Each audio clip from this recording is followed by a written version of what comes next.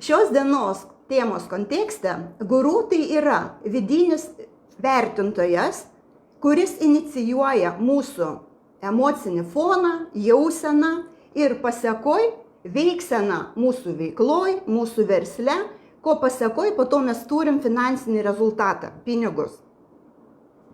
Ir šiandieną aš jums parodysiu du guru tipus ir kokią korekciją būtų galima padaryti ir vertėtų padaryti, kad supaprastint savo gyvenimą, kad supaprastint visą tą veiklą, pinigų generavimą, kad viskas būtų gyvenime paprasčiau.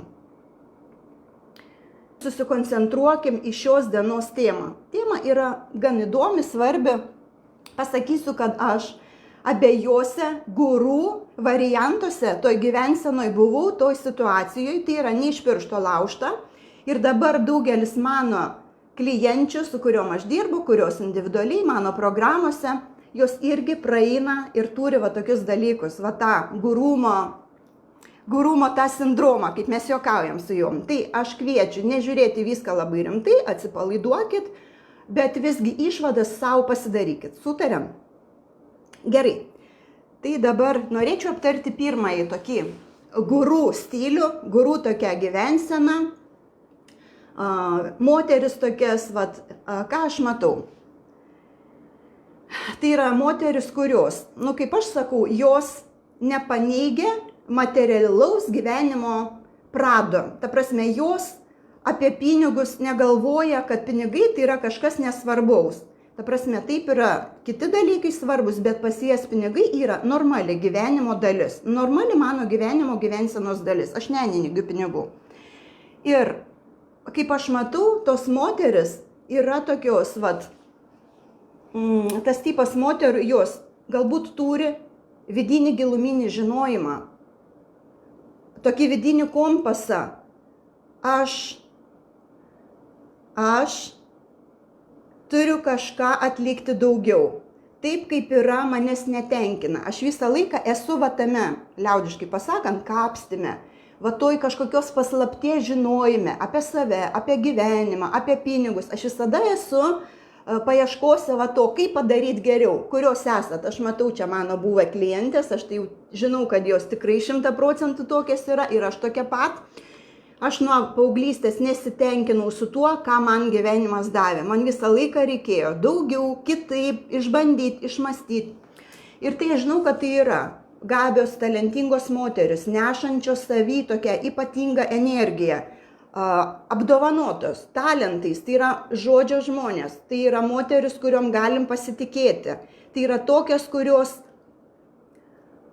turi gan tokį stiprų atsakomybės už savo gyvenimą ir netgi už kitus, kas kartais joms ir netarnauja, tokį stiprų atsakomybės lygį. Jų pareigos dažnai yra atsakingos, jos pačios kabinasi į gyvenimą. Ir ką aš matau, kad tokių moterų gyvenime yra labai tokių, jeigu taip galim būtų pasakyti, netgi stiprių išbandymų, purtimų tokių. Dažnai tai būna skyrybos, dalybos turto, kritau, pasikėliau, finansiniai kalneliai, vėl kažkas nukrito, pas vienus bankrotas, vienos milijonus uždirbo ir vėl nusirito žemyn į dugną ir daug metų nepasikelia. Ta prasme, kaip jau taip galim pasakyti, gyvenimo vėtytos ir mėtytos. Aš žinau, mes visokių dalykų daug praeinam, bet aš matau, kad pas jas yra tas, bet jos turi tą savo tokią vidinę visgi drąsą, kabintis į tą gyvenimą, eiti naują, maži vaikai, bet mokslus baigti, atras galimybės, pamatyti, tokios stiprios savo vidinę, tą tokią, turi tą tokį vidinį, kaip pasakyti, tokią ašę. Ir kas yra apie jas, kad jos tikrai, jos tvarkosi su savo tais iššūkiais.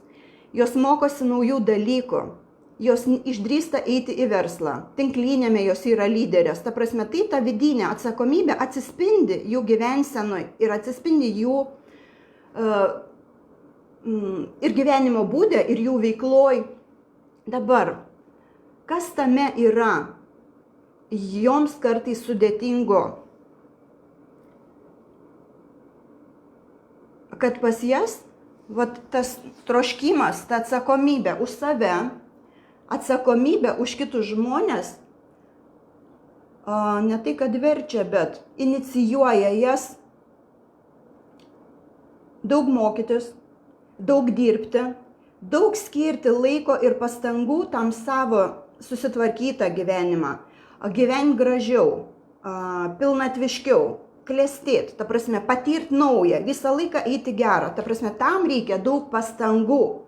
Dar ypatingai, kai moteris viena lieka su vaikais, ir daug tokių yra moterų, taip jos kabinasi, ir darbas, ir mokslai, ir vaikai, ir gražiai norisi atrodyti, ir gyventi norisi.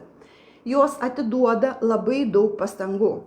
Taip, ką aš matau iš savo klienčių, jos prieina kartais tokį, ne tai, kad ir per degimą, ir per vargimą, ir jau depresinės nuotaikas, ir susirgymą, jau kažkokius sveikatos negalavimus, todėl kad yra tokio dalyko, kaip pasakyti, jau reikia poilsio, kūnas prašosi, psichika prašosi, o jos visą laiką turi tokį save push, reikalauti iš savęs daug.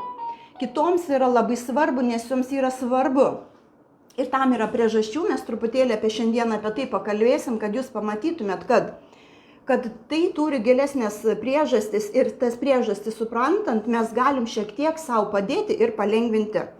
Tai va, tos moteris irgi gyvenseną tokią turi, visą laiką laikyti tą kartelę, tą aukštą tokią kartelę. Aš labai gerai žinau, kad tai dažnai yra moteris, kurios nenori išnešti to savo, jos nemėgsta skūstis, jos nenori, jos pakankamai tokį turi vidinį išdidumą savo, kaip sakyti, nenešti va tų šiukšlių iš savo namų ir nesiskūsti visiems. Oi, manęs pagailėkit, ne.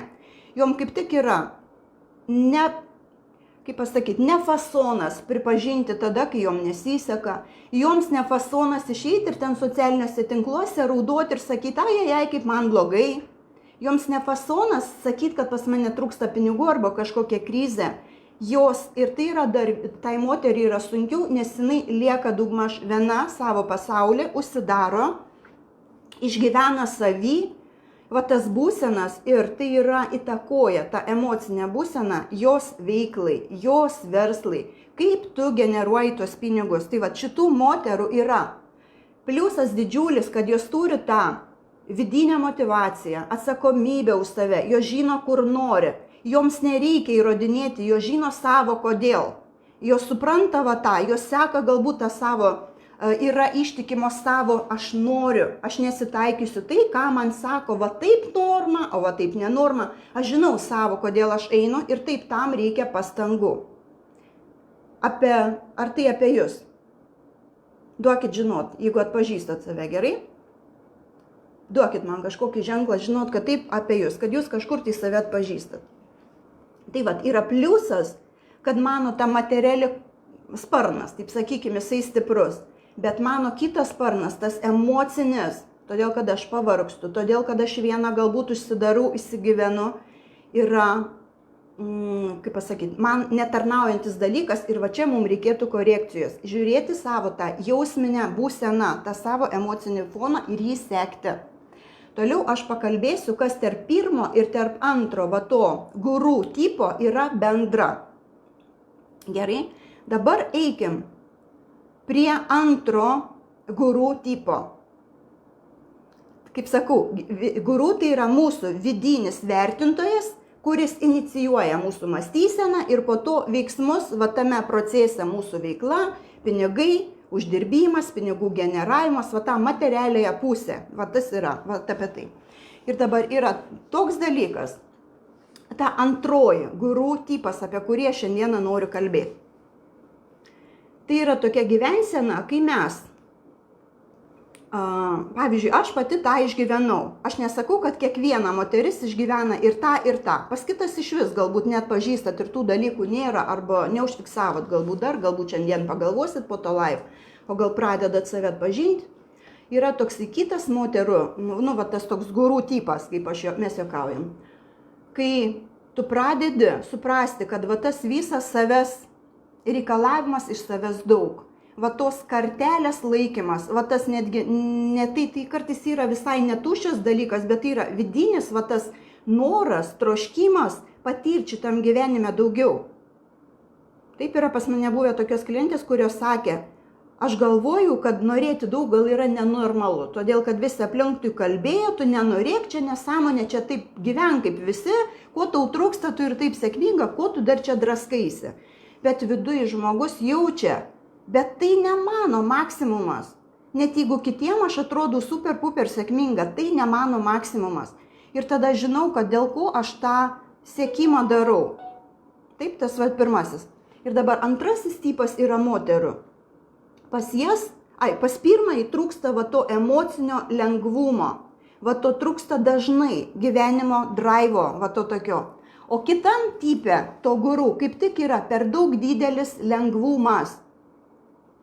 Yra toksai, gal nesakau, kad tai visą gyvenimą būna, bet būna toks gyvenimo etapas, kada mes galbūt pavargom, galbūt kažkur tai pagalvojom, kad padarėm klaidą, nuėjom per daug materialius dalykus ir tada prasideda, kaip ir aš sakiau, toksai antrasis etapas savo to gyvenimo patyriminis. Daugiau klausimų apie save, apie žmonės, apie gyvenimą. Mes jau galvojam, taip, daugiau jau į jausmus nueinam, taip, pas daugumą materialus jau gyvenimas daugmaž sutvarkytas, mes turim laiko galbūt tiem dalykam daugiau ir prasideda toks atsipalaidavimas. Atsakomybės kitiem perdavimas labai dažnai, tada moteris tampa mūzos, joms tada jau labai svarbu kūryba, moteriškumas, atsipalaidavimas, visi jau tokie moteriški dalykėliai. Ir tada kas įvyksta? Pas jas yra jau tas materialus dalykas eina dažniausiai, tas materialus planas eina nuvertinimas. Tai yra tas mūsų antras gyvenimo sparnas, jutiminis pradeda pirmauti ir mes pradedam neigti finansinio to materialaus svarbą.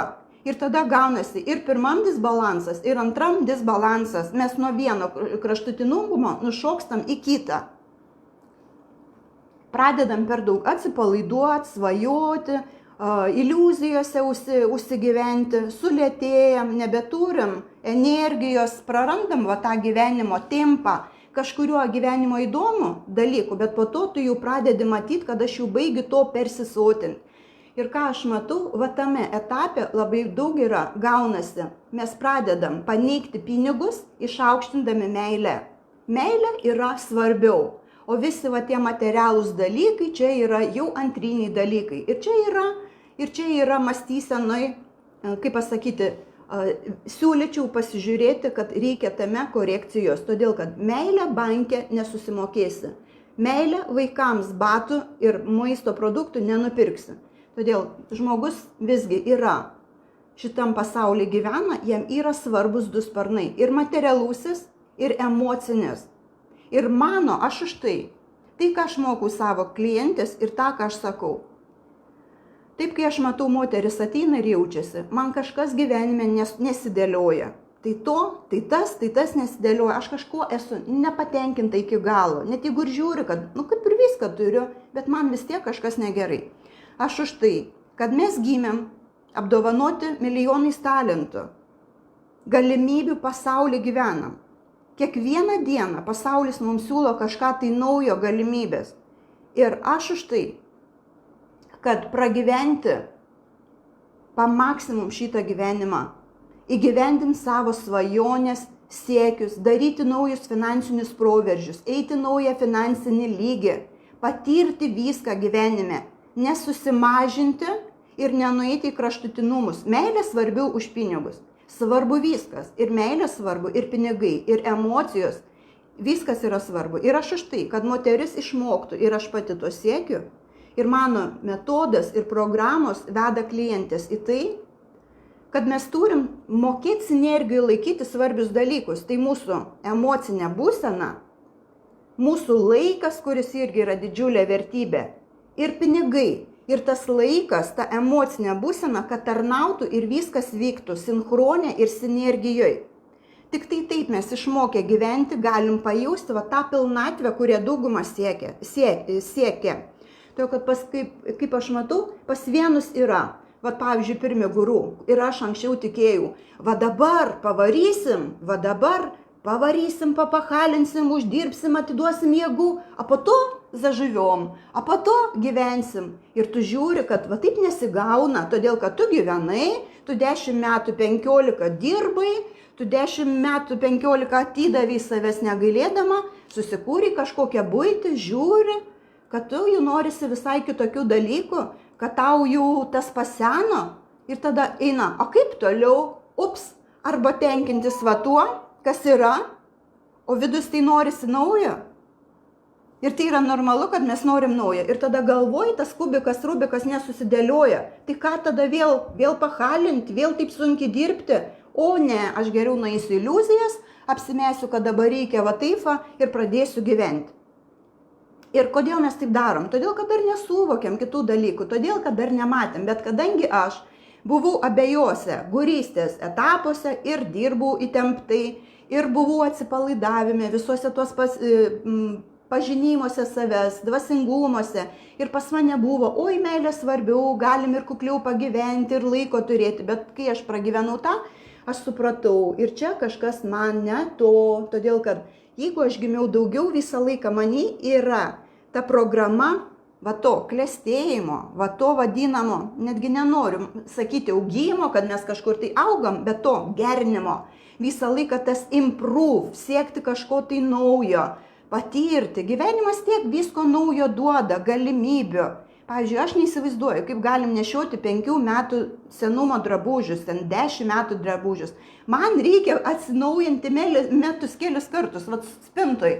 Kaba daugybė rūbų, aš atidarau, jie visi geri.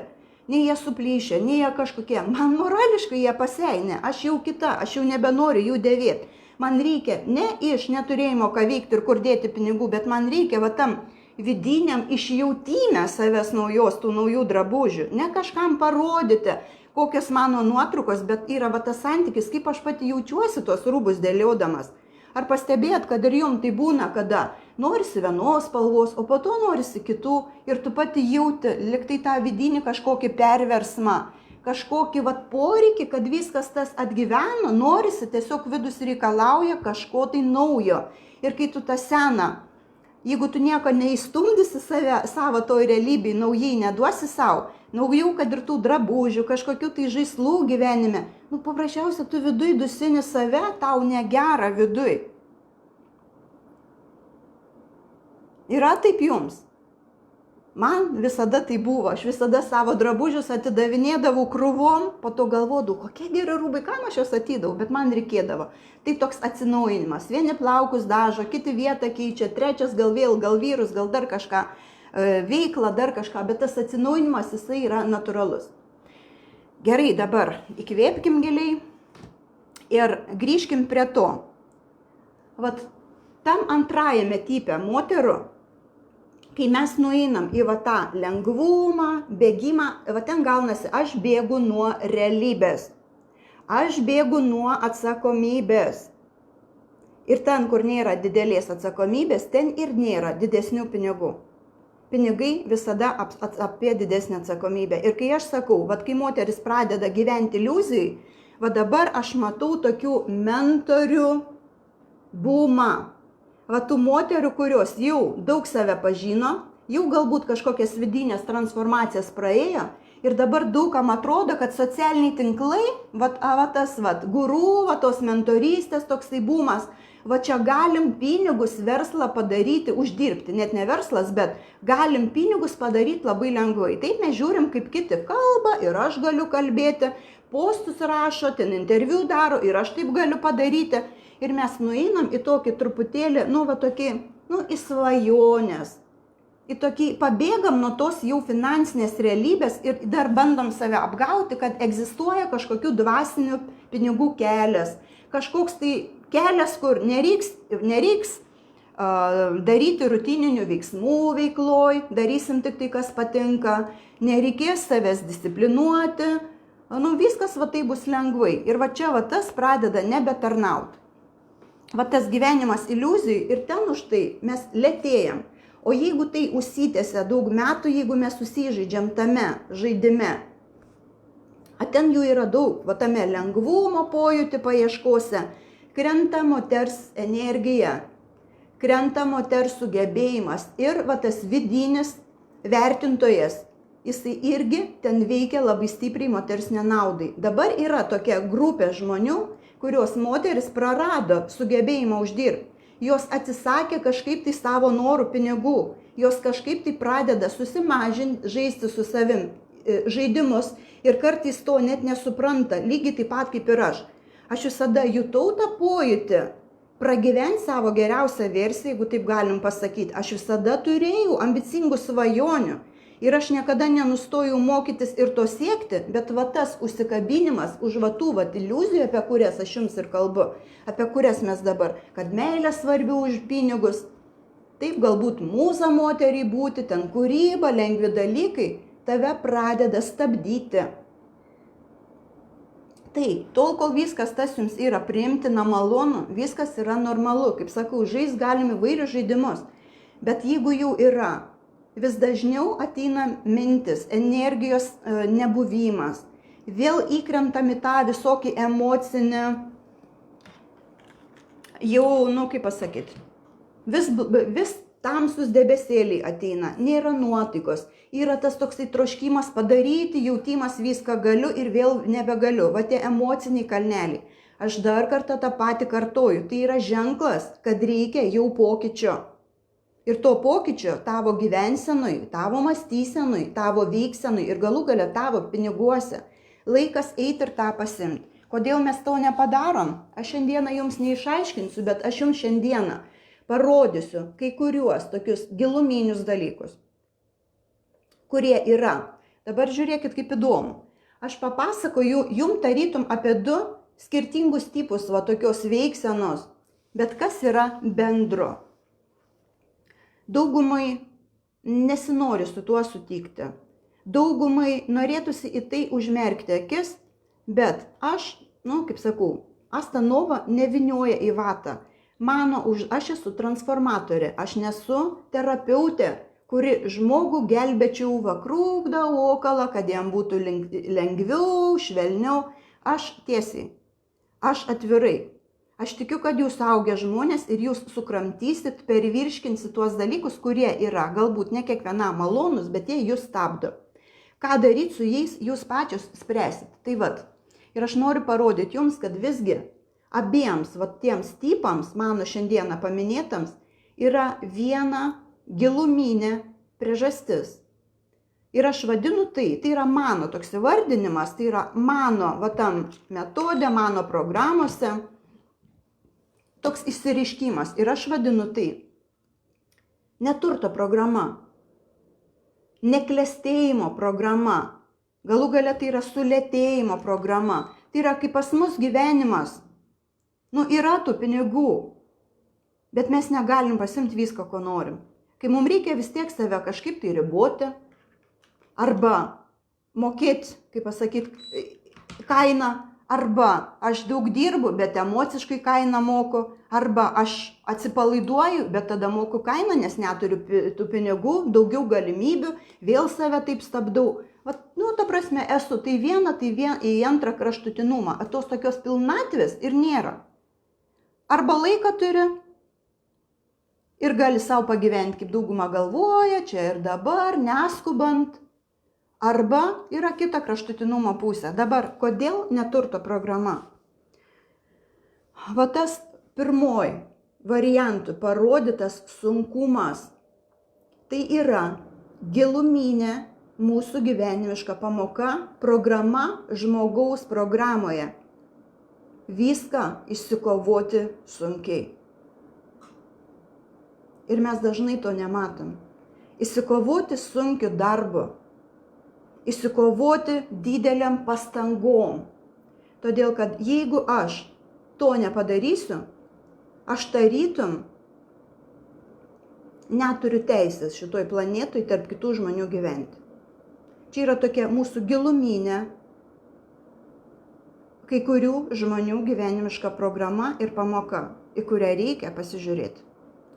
Programoje auksinė materialinės gausos formulė. Mes šitą programą iliuminuojam. Ir yra labai daug programų. Aš dabar šiandieną jūsų negaliu jums visų išpasakoti, bet nors apie vieną kitą, kad jūs galėtumėt pažvelgti, kodėl mano toks elgesys? Kodėl aš taip gyvenau? Todėl, kad dauguma galvoja, likimas, karma, tai ne apie tai. Tai yra mūsų kažkokios programos, mūsų kaip žmogaus, programa, kurią mes galim ištaisyti. Ir jeigu mes ją ištaisysim, pas mus yra viskas daug paprasčiau. Ir pinigai, ir veikla. Todėl, kad sunkiu darbu mes neuždirbsim tiek. Mes turim 48 valandas ir mes neturim 48 valandų, kad dar mūsų daugiau idėjų įgyvendinti tam, kad atsirastų kelius kartus pinigai. Ir turto programoj, klestėjimo programoj yra kitokia mąstysena, yra kitokia veiksena. Ir va tą sunkumą su juo reikia susitvarkyti. Pas mane pačią ta programa buvo, pas ne vieną mano klientę, kuri pas mane ateina, ir individualų, ir programą, yra ta programa. Ir ją reikia ištrinti, ją reikia pirmiausia dirbti su ją ir susitvarkyti. Todėl, kad kaip dar pasižymi, vat koks dar irgi yra minusas, todėl, kad tos moteris pas jos yra vidinė kova, nematoma. Jom visą laiką reikia laikyti save aukštumoj. Neduok Dieve nukrysiu, neduok Dieve klaidą padarysiu, neduok Dieve nepasiseks, neduok Dieve nebus tokių rezultatų, neduok Dieve tiek klientų neateis. Ta prasme, aš tada, kaip bus, kaip mane žmonės žiūrės, taip man reikia visada gyventi ir laikyti tą fasoną. Man visą laiką reikia viską kontroliuoti, būti pačia geriausia, pačia svarbiausia, pačiausia, aš viską galiu pati, aš viską turiu pati. Taip, o dabar, kai gyvenimas vis naujus įrankius verslui duoda, kai vis kažkokie nauji dalykai, tai dirbtinis intelektas, tai visokie apsai, veiklai. Ir visą laiką sekti tą gyvenimą, neatsilikti nuo kojos, visą laiką mokytis, į kažką tai versle įdėti ir dar pačiai gyventi ir gražiai atrodyti. Ir dar kurti kažką, tai yra didelė našta, tai yra didelė įtampa. Bet tada moteris, nesuprasdamas, nukrenta į tą kitą kraštutinumą. Ir tas veiks, jeigu jūsų tokia yra prigimtis, eiti tą naują, išpakuoti save pa maksimum, paimti iš gyvenimo pa maksimum, jūs vėliau ar anksčiau turėsite tai grįžti. Tai ne jums sustoti, tai ne jums, kaip aš sakau, finansiškai vegetuoti. Jūs nuo savo esmės nepabėgsit. Todėl kuo greičiau jūs žinosit, kad reikia išmokti sinchronizuoti, balansuoti, o ne pasitraukti tą šešėlinę gyvenimo pusę ir sulėtėti ten, todėl kad iš ten kai kurie ir nebeišeina. Taip aš dabar labai matau moterų, kurios tikrai turi tą sugebėjimą ir potencialą ir galėtų uždirbti, bet kažkas gyvenime atsitiko, jos susižeidė finansiškai, gal bankrutavo, gal prarado ir dabar nebenori grįžti veiklą, nebenori to patirti, turi va tokią patirties žymę ir jom yra sunku, nes jos per daug iš savęs reikalauja. Per daug didelę kontrolę kitiems ir savo.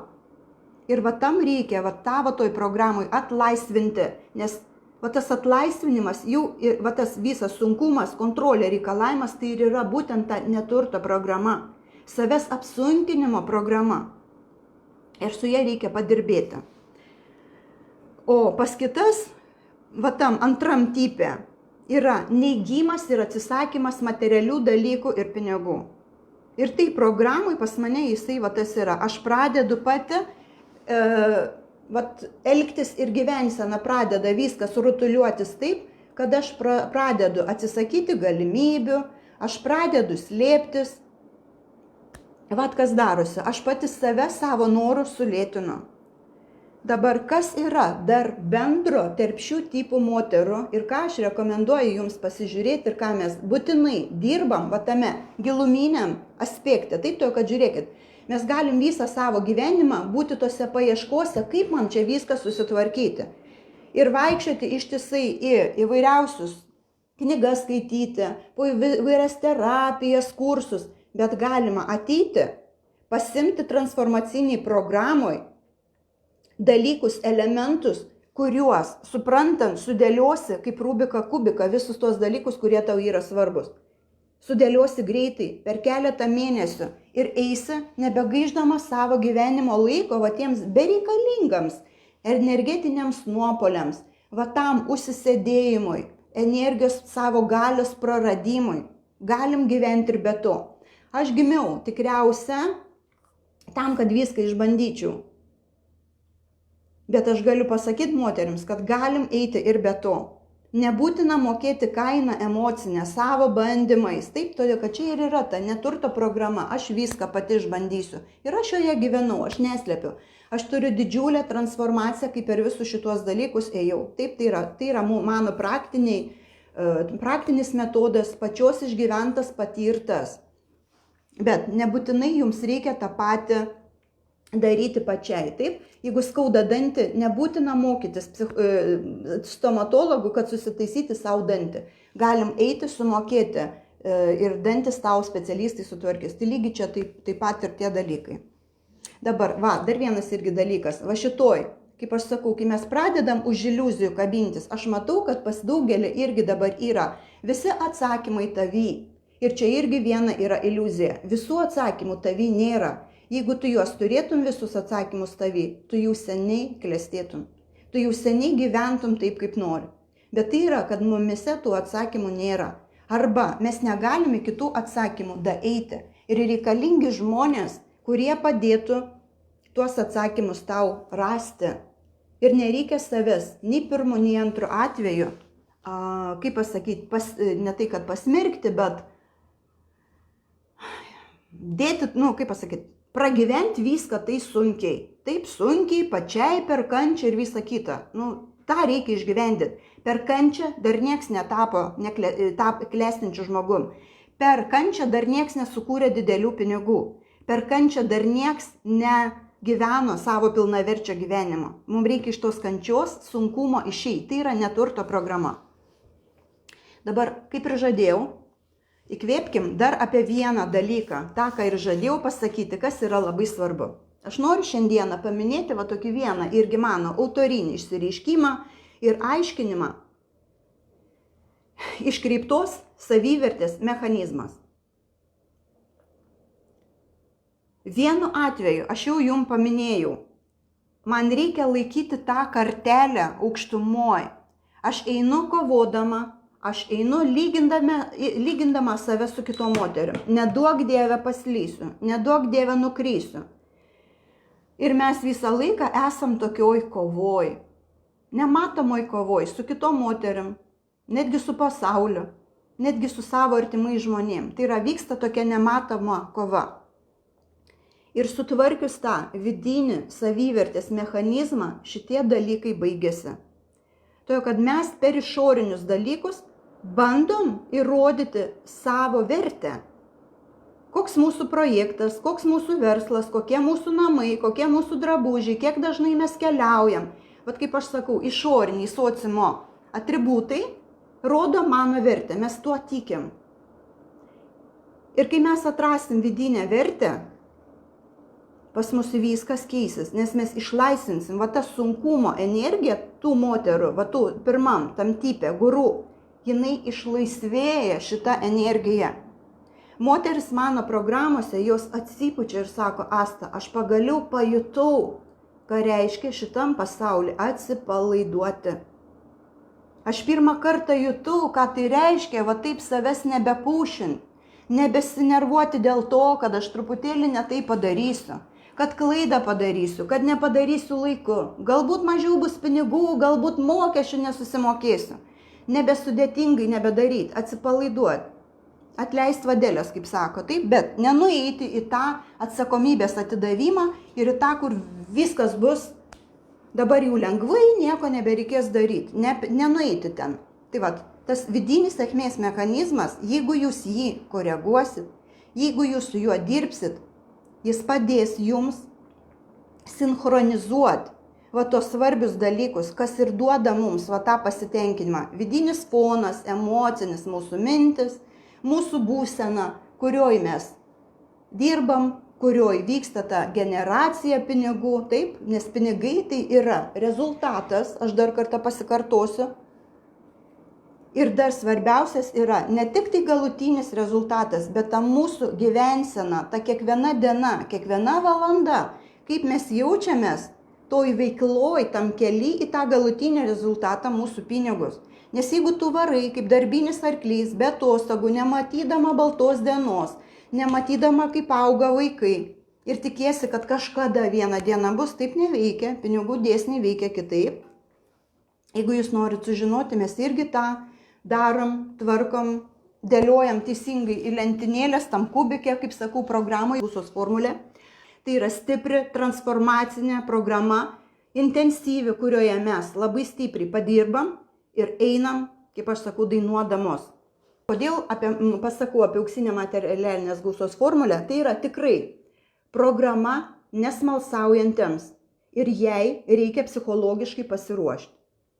Psichologiškai pasiruošti, suprasti, kas manęs netenkina, kodėl aš noriu keisti, kodėl man tai svarbu.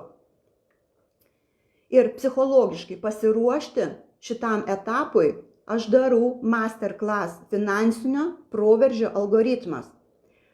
Šitame masterclass aš jums duosiu daug gilių dalykų, va tų taškų jungiančiųjų, kurie padeda, kaip aš sakau, tą Rubiko kubą, tą aiškumą susidėlioti, pamatyti giluminius dalykus ir tvarkytis daug greičiau ir efektingiau. Kam nereikia daugybės metų terapijų, kam nereikia daug metų dalykų. Taip tą galim tikrai, aš jums garantuoju, kad tą galima padaryti greitai. Mano saitė yra daugybė moterų atsiliepimų, tai yra gyvi žmonės su vardais, pavardėm, tikri nuotraukom. Jie praėjo ir aš galiu pasakyti, kad aš galiu jums tą garantiją duoti, kad jūsų gyvenime tikrai atsiras daugiau lengvumo, matymo to ir nebereikės tame sunkume su tos tokio energijos naudojimu tiek veiklai, pinigų uždirbimui, laiko neturėjimui. Tikrai tas lengvumas atsiras. Dabar masterclass. Jame mes ruošimės ir į programą auksinę materialinės gausos formulę aš labai retai, kada paimu, jeigu taip galim pasakyti, žmogų, jeigu taip galim pasakyti, iš gatvės. Tai yra tas, kuris nesupranta, apie ką aš kalbu. Dar neteko jam susipažinti su tai, ką aš transliuoju. Todėl, kad tai yra programa, kur mes einam į labai tokį gilų, gilų pasitikėjimą vienas kitu. Todėl, kad mums reikia toj savo programai atrasti dalykus netarnaujančius. Tai reikia pasitikėjimo žmogum. Taip, mano atveju, jums reikia pasitikėti manim, kurie einate programą. Ir tam reikia pasiruošti, pasižiūrėti, ar aš iš vis noriu su Asta Novo dirbti. Ar man tinka jos programa, ar jos tinka jos metodika. Ta prasme, jums reikia apsispręsti, tuo labiau, programa nėra pigi, bet jinai nėra tokia brangi, kurią žmonės moka savo emocijom, laiku, ieškojimais. Ir todėl jums reikia apsispręsti, ar iš tikrųjų aš norėsiu investuoti, ar aš atrasiu laiko, galbūt aš kažkokiuose kitose projektuose šiuo metu dalyvauju. Ta prasme, jums reikia laiko, tam apsispręsti, taip kaip aš juokauju, taip. Čia ne tai, kad ateiti, jeigu tau skauda dantį ir tu nori protezuoti, jeigu tu nori juos susidėti implantus, tai tu supranti, kad tai tau kainuos, kad tai tau užtruks, kad tai tau nebus labai lengva, malonu. Galbūt reikės kažkokius tai kitus darbus iš šoną pastumti. Tai vad lygiai taip pat ir transformacinė programa tai yra rimtas apsisprendimas ir pasiryžimas. Ir tam, kad jum giliau suprasti, aš darau visada prieš programą masterclass. Finansinio proveržio algoritmas. Šį kartą taip vadinsins masterclass. Pinigai mėgsta greitį, o kai pas tave visko prikrauta, kas atitarnavę, ko nereikia, koks ten greitis, koks lengvumas. Tai va tas lengvumas tai yra mūsų vidinė būsena.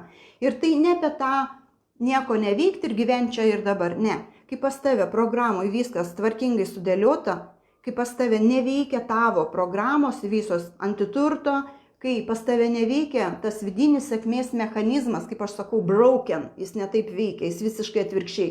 Todėl, kad kai jis pas tave netaip veikia, tada tu bandai visą tą sunkumą savo, tą patirtį, visą tą savo skaudulį, išgyvenimus, kas tau nesisekė, tarytum slėpti po vandeniu kamuolį. Tas reikalauja labai daug energijos, pastangų, va tai yra sunku.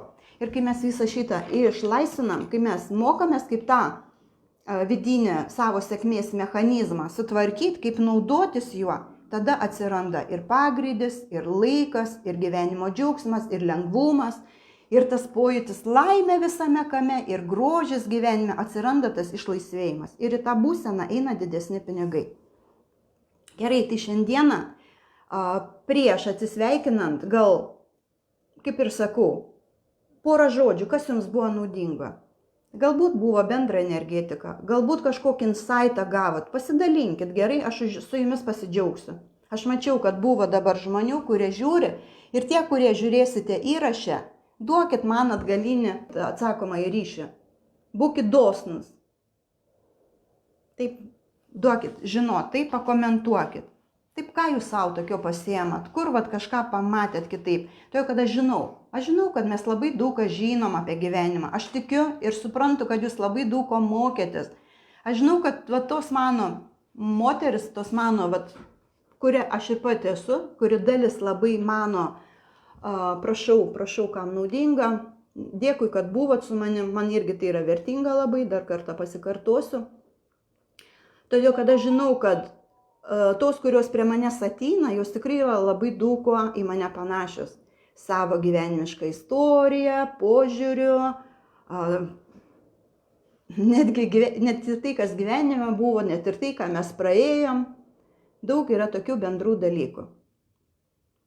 Gerai, tai šiandieną atsisveikinu iki pasimatymo. Su kažkuo masterclass, su kažkuo programai, su kažkuo kituose laivuose. Iki malonaus.